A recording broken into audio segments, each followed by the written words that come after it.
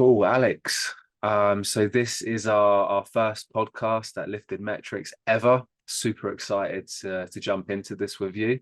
So I'm Sam. I'm the owner of Lifted Metrics. We've been going for about 3 years now, and this is Alex. Alex, I'll let you introduce yourself. Sure. I'm the lead media buyer at Lifted Metrics, and we've been working with Sam for more than 3 years. So since the start of Metrics, basically. There we go. Fantastic, Yeah. fantastic. And yeah, on today's call, we're going to be diving into a recent success of ours, a niche client that is moving companies. So we're very focused on moving companies at the moment, been getting great results there. And we're going to discuss this in more detail. But before we do, just to elaborate a little bit on Lifted Metrics, who we are, what we do. So we are an international team of about 10. We've been through an extensive hiring process over the years to be left with a small team of A players. We focus on high ticket lead gen typically. So the type of lead generation when there's going to be a sales call at the end of it. And our tools of choice, our weapons of choice are Google Ads and landing pages. And we optimize both of these accordingly. So that's it at a very high level. We could go way deeper, but we'll be doing more of these podcasts and you'll see what we're really about, how technical we get as this series continues. Cool. So let's talk about Vector. So Alex, when did we start? When did Vector go live, first of all? Vector Um, moving New Jersey. yeah, we went live on January 17. So Okay. Okay. it's been around 2 months Around right two now. months, yeah. Yeah. And the data that we're going to be looking at today will be our first month of going live. So, these are the results within 1 month of being live that we're going to be studying. And yeah, we're documenting and sharing this because we know it's possible. These kind of results are possible within 1 month. It sounds a little bit crazy what we're going to be sharing with you, but obviously this is going to be the evidence that summarizes what is possible within 1 month of going live in this niche. And yeah, this company, so they've been using Google Ads for a while before they came into contact with us. And in fact, let's take a look at this account over here. So before they came into contact with us here, we had a conversion rate of, or they had a conversion rate of 1.75%. And they were spending, 15K over here. And then if we quickly fast forward now to where they're at in the last 30 days, so that conversion rate has gone from 1.75 to 22.85. It's quite a jump. That's like at least times 10. That's more than times 10. So Mhm. and we've scaled up the budget here dramatically as well. So first of all, Alex, could you explain to us what is the conversion rate? Conversion rate basically is the percentage of the visitors of the landing page, how many of those people became lead. So that's the conversion rate if you speak about ads and landing pages. Yeah, yeah. So a lead can be somebody who called for more than a particular period of time, or it can be somebody that submits an inquiry through a landing page. And we're going to be talking about our landing pages in a bit more detail later on. And okay, we'll talk more about the results at a later stage, but ultimately for now, this is Vector New Jersey moving company, and yeah, as we said, we've been helping for about 2 months. These guys, they have quite a large fleet. I believe they have around, I can't put my finger on it exactly. I believe it was about 8 trucks that they're playing with. But yeah, they've been going for a while, very, very well organized. Yeah. And to jump into it now, so I think we can now take a look at some of the assets. So this is their website that we can see here. So this is Vector. And what we basically do when we come into contact with a client is we set up a landing page. So let's take a look at one of these pages here. Okay, so this is essentially one of their current landing pages where they might send a local mover. This is quite SEO orientated, this page, very, very long. Are you I'm sharing sure your it screen ranks. now? Sorry. Yeah, can you see my screen?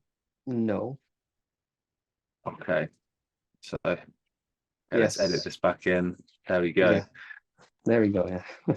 Ah, okay. So it wasn't sharing all along. So that might be a little bit confusing actually when I was looking at those results. Um, okay, so let's discuss the results from when they started, basically. So these are the results. This is what they were up to before they started working with us. So Vector moving over here. So 1.75% conversion rate, and they were spending about 15K. Hmm. Let's And also take a look at the cost per conversion here. yeah, so the cost per conversion. So let's pull that up. Cost per conversion, $103 is what they were paying. This is back in November. Okay, and something very, very important to note here as well. So typically, if we actually look at that cost per click to see what this is playing with, so $1.81. I mean, Alex, what does $1.81 per cost per click tell you in this industry? Like before they started working with us, what does this indicate to you? Well, this indicates that this CPC is not very high. So even with lower budgets, it's possible to get decent results. Because when the CPC gets to $15-20 a click, that's when things start to be more complicated. And with the budget of 1,000, 2,000, even $3,000, it's hard to quickly get good results. But this CPC shows that we can play with even lower budgets. I mean, 2K, 3K, 4K. Sure. So this is before we started working with them. So $1.81. And typically what this indicates here, when we have a very low CPC, is that it's not a competitive term that we're bidding on. So if we look now over here and we change this to average CPC, you can see this has gone up quite dramatically here. And if we go into the cost per conversion, so this has gone down, but this has gone up. And obviously this has gone up dramatically. So what I want to pause this on this topic here is that Google Ads is an auction. So your competitors are paying to bid on a particular keyword. Now, if you're managing to get a keyword that's $1.81 for something that sells for, say, an average of like $1,000 a sale, the maths there don't quite add up. So typically what we see is when we have a high ticket offer with a low CPC, not all the time, but most of the time, it's because you're bidding on low value keywords. These are keywords that the competition aren't making money off of. Otherwise, they'd be throwing more money at it. I mean, it's basic maths, it's basic business. So quite often business owners, in the moving company niche, home service niche, they just want cheap CPC. They just want cheap cost per lead. But this isn't what equates to revenue. These are vanity metrics that we're discussing here. And this is something we often have to battle with. But a $16, $17, $20 keyword that we've had to bid on, you can bet that the competition are making money off it if they're prepared to invest that much per click. That's why we're battling for these high quality keywords. And then on top of that, we're not just presuming here that, okay, this is expensive, therefore it must be good. We have our own proprietary tracking system that allows us to tell, okay, is our client actually making money off this? And we know that in this circumstance, with the higher cost per click keywords, this is generating more revenue than a low cost per click keyword over here. Alex, any further points to highlight on that? Yeah, sure. So when we said that there is this low CPC, so it's just like the overall account CPC. What we analyzed when we have that account, we go into search terms and see actually CPC for each search term.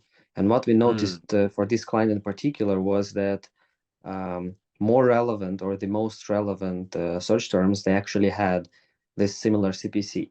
Why it happens? So auction, of course, plays a huge role in that, but also there is a certain threshold Google sets for particular keyword themes. And the more relevant the keyword is, the higher the minimum threshold or the minimum CPC where the auction starts.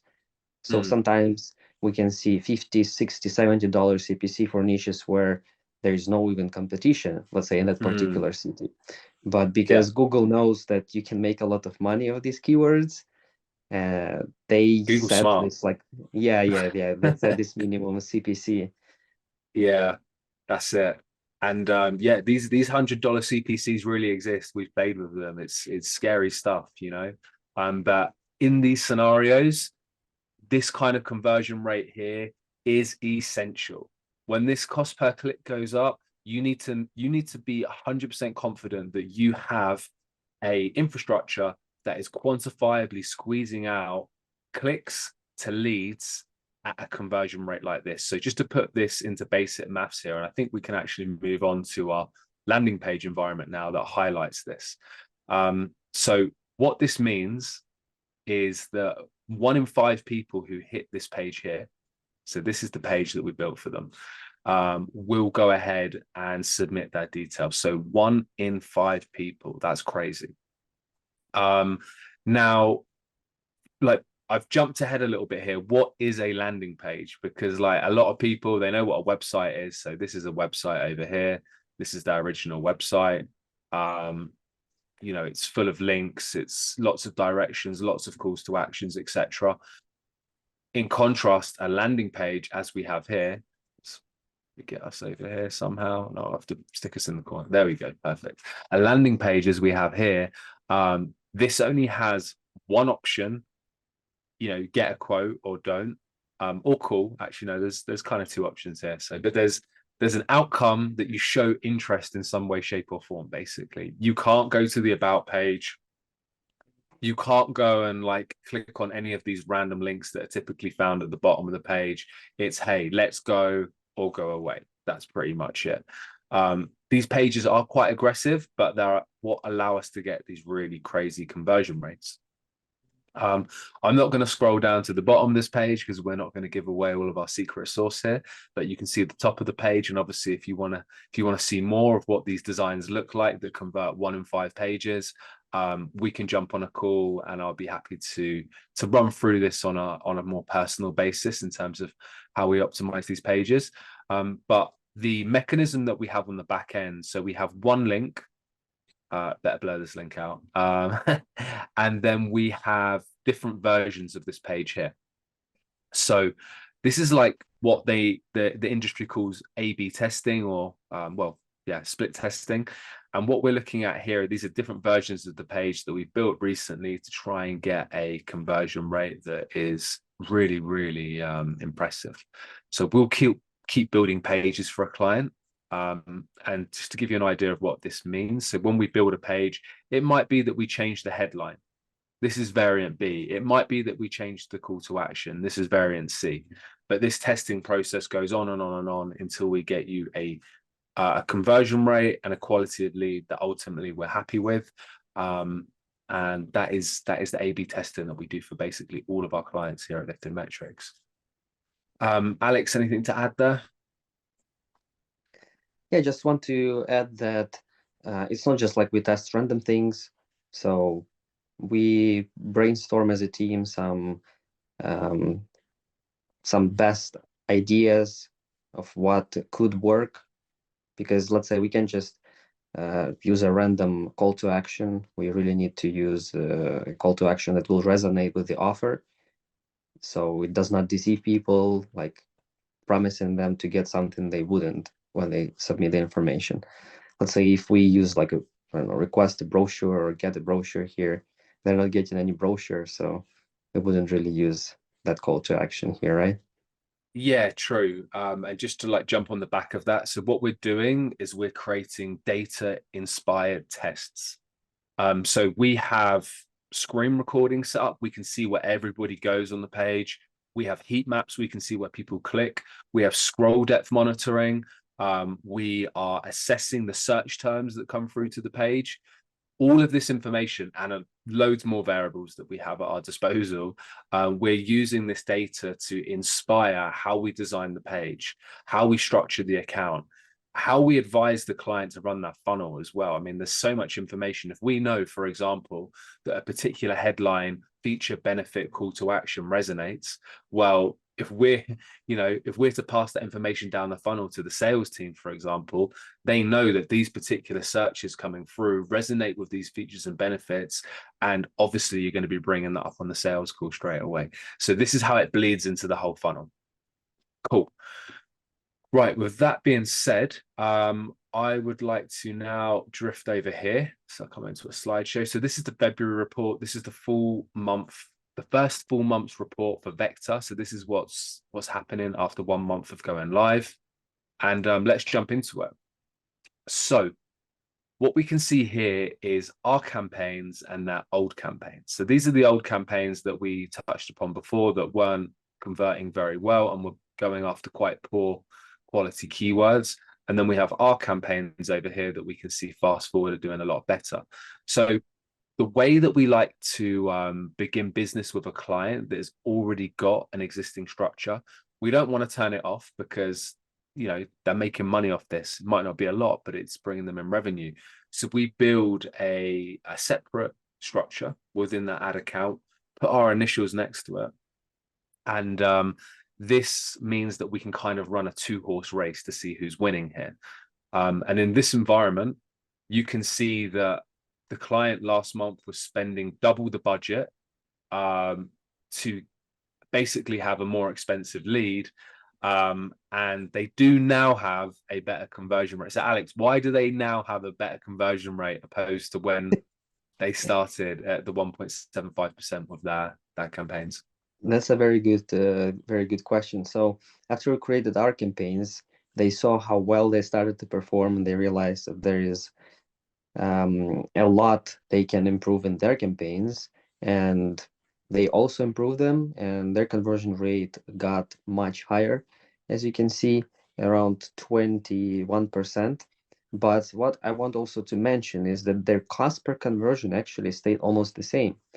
So it was around $100 and it stayed around $100. Of course, yes, Yeah. we can't really say for sure in terms of qualified leads, because we are not tracking that for their campaigns. So the client is setting up this tracking for himself, but we for sure know this qualified lead data for our campaigns. And I think 40% of our leads are qualified. That's what we had in February. Yeah, I think it's gone up to 50% more recently on that graph. Maybe we can look at that graph later on. And this is the thing, like, as all you business owners know, leads don't mean anything. But qualified lead, okay, now we can start to have a conversation, and then more interesting yet, revenue. So these are the things that we're tracking at Lifted Metrics: qualified lead, revenue. Like, we're not saying, hey, we got you 100 leads. Like, no, that doesn't mean anything. Like, we go into the nitty gritty here. And also, I'll just quickly say, like, why did they manage to kick this up? They copied us.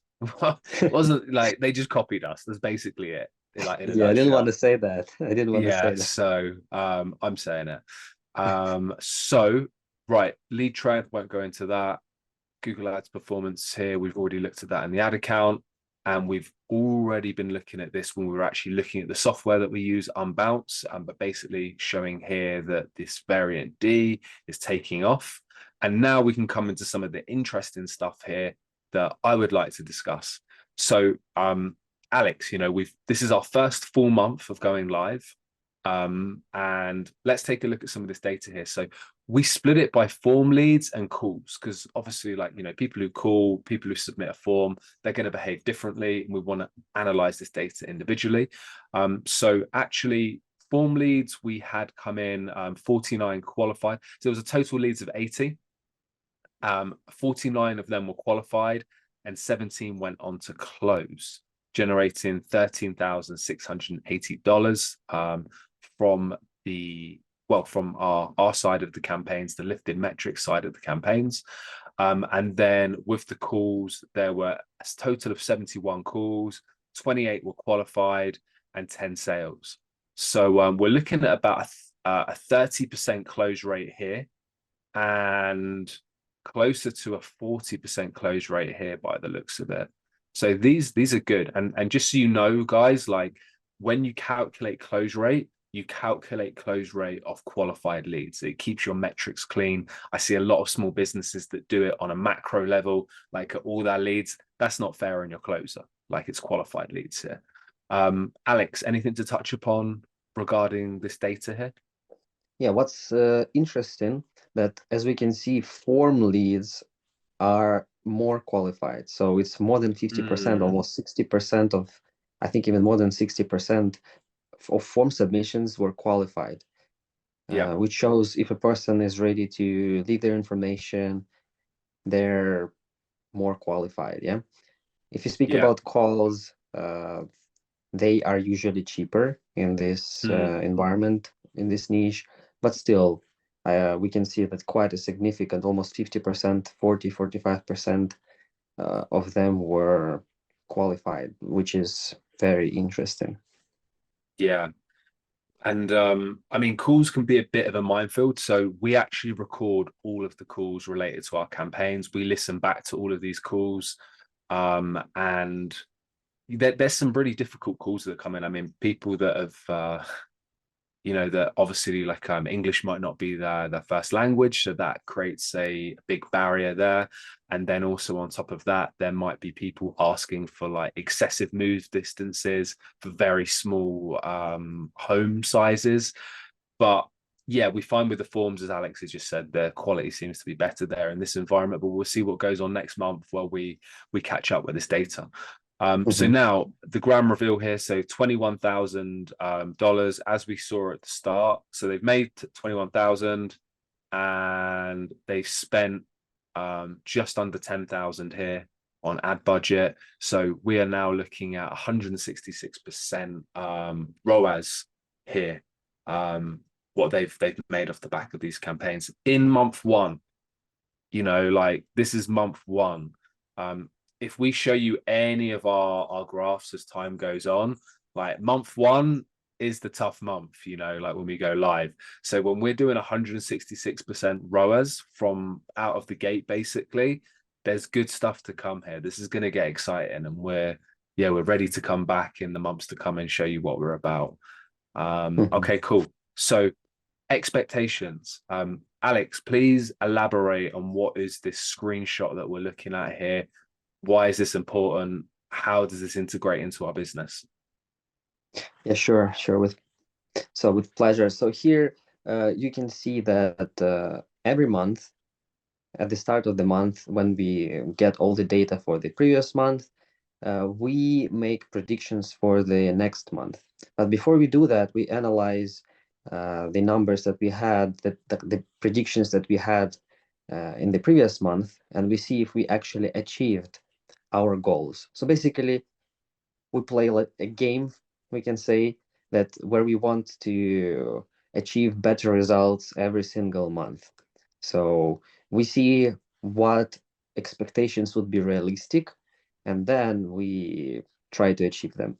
As you can see here, in January, so that's just 13 days of running ads. We still spend more than 9K because the client wanted to spend it. And you can see that our CPL was 100. So pretty similar to what they had, Yeah, but still already. Sorry, that was the estimation. Yeah, we were yeah, estimating to get similar results, but our real CPL was already 88. So it's just like within first 13 days, yeah, we beat their best results, we can say. yeah. And for the next So month, mhm. yeah, I'll just quickly before you go into that, I just want to really highlight this here. So lead volume, how many obviously the volume of leads that you're getting on a monthly basis and the cost per lead. What you're paying for that lead. So these metrics here are kind of the foundations of health for a campaign. And we like in when it comes to any agency that you work with, expectations are everything. Freelancer, agency, whatever, expectations are everything. If you're not having a conversation at the start of the month to say, hey, what are we expecting to get in terms of results, just core results here, then when it comes to the end of the month, like nobody, there's no right, there's no wrong, there's nothing to build upon. So something that we do on behalf of our clients is at the start of each month, we'll say, hey, we think we're going to get 100 leads with your budget. considering the environment, the sophistication of your account, we think you get 100. Now, at that point, we can have a discussion if they think that's not good enough. It's like, okay, well, let's look at the data here. Okay, maybe we can squeeze that up a bit more. But ultimately, they have to accept that this is what we're going to try to achieve, because we're setting a realistic expectation here. It's not going to get you 1,000 leads for $1 each. Like, that's just insane. We have to like show you, okay, with the variables at play, this is what's possible. Do you understand? Yes, great. We're both on the same page. And then at the end of the month, we see what we actually got. Now, this number here, account success out of 100, I collect all of the clients in my company. So, and then I accumulate all those numbers together. And then each month I'm looking like, were we above or below our account success rate? If we're below, as I say, like, we're going to crucify one of our media buyers. We're going to sacrifice them to the Google gods. If we go above it, it's celebrations, parties, tequila all day long. So this is like a really important number for me. I have 4 big stats within my company, and this is one of them. And then coming into this next month here. So Alex, please explain what went on in February, these numbers in front of us. So we got the cost per lead of 88, almost 89 in January. But to be realistic, it was just our first month. So sometimes there is this like big fluctuations, seasonality, and so on. So we were quite conservative, and we were expecting to get a similar result of 90. And just we continued optimizing the account, and our cost per lead was 71 throughout the month. That's the average one.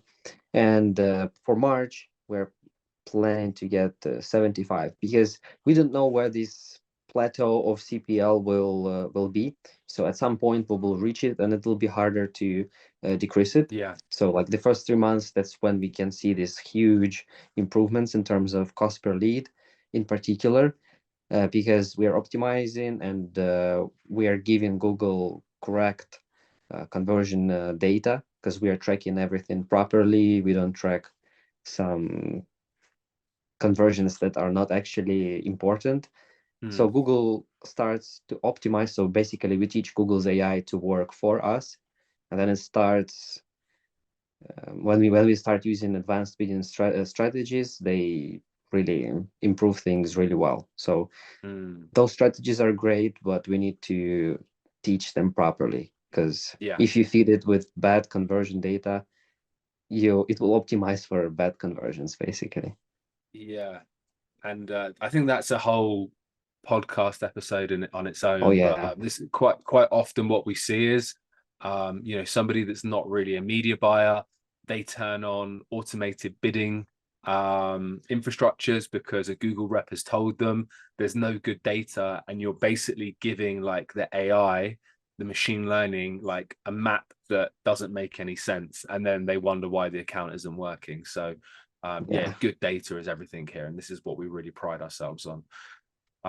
Okay, and one last thing I'll say on this document here is that it's, for you to scale the volume, so we're getting more leads, and then also bring down the cost per lead at the same time, that is an art. Like, it's easy to scale if you're just like, just throw money at the wall, but like to actually bring down the cost per lead at the same time, this is the art of scaling, basically. What's coming next? So, well, actually, Alex, just what do you, I mean, I think you have touched upon this, but for next month, if we maintain the same budget, where do you see this going?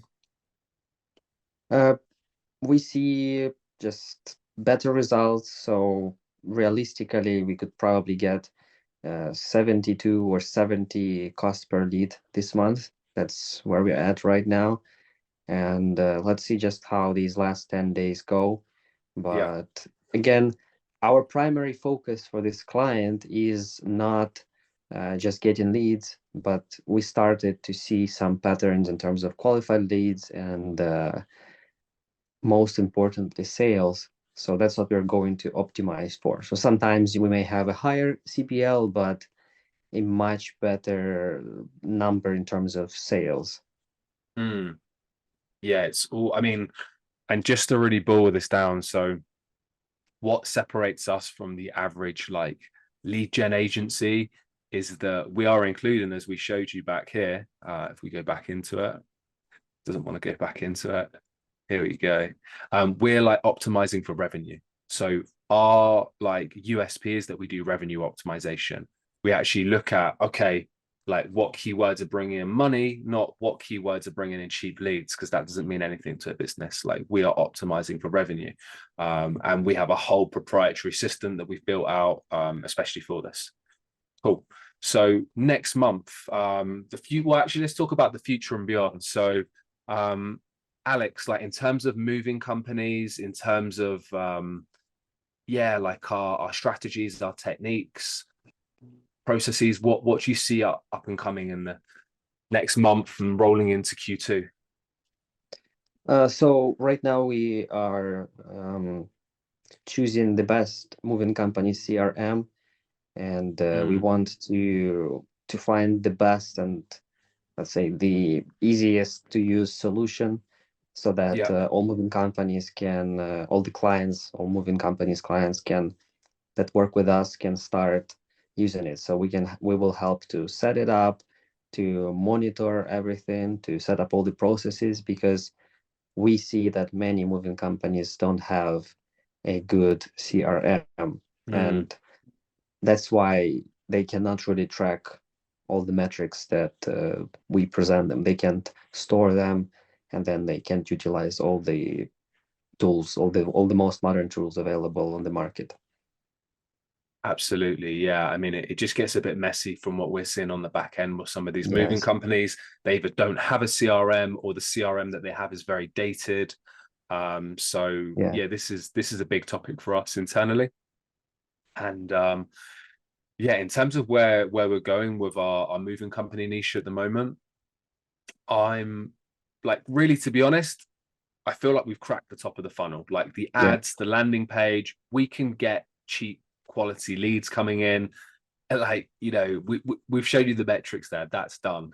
So once we solve one challenge for a client, and this happens with all of our clients, the next challenge further down the sales funnel becomes our problem. Even though we're not typically contracted for this, if we don't fix the next step of the funnel, all of our work above at the top of the funnel is for nothing. So yeah, drawing our attention deeper into the funnel, helping out with the initial call, the setting call. So when it comes through to the receptionist, making sure that's on point, automations to make sure that a individual gets contacted back quickly if there is a missed call, um, automated email sequences, and yeah, I think better CRM infrastructure that has better reporting, better tracking capabilities.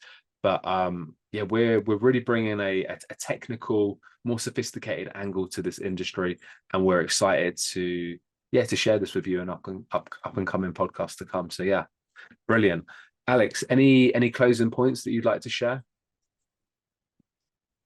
Not really. I No, think we highlighted all most important things for this client, and I think we are doing me as great, well. Yeah, yeah, and yeah. we expect even better results in the coming months.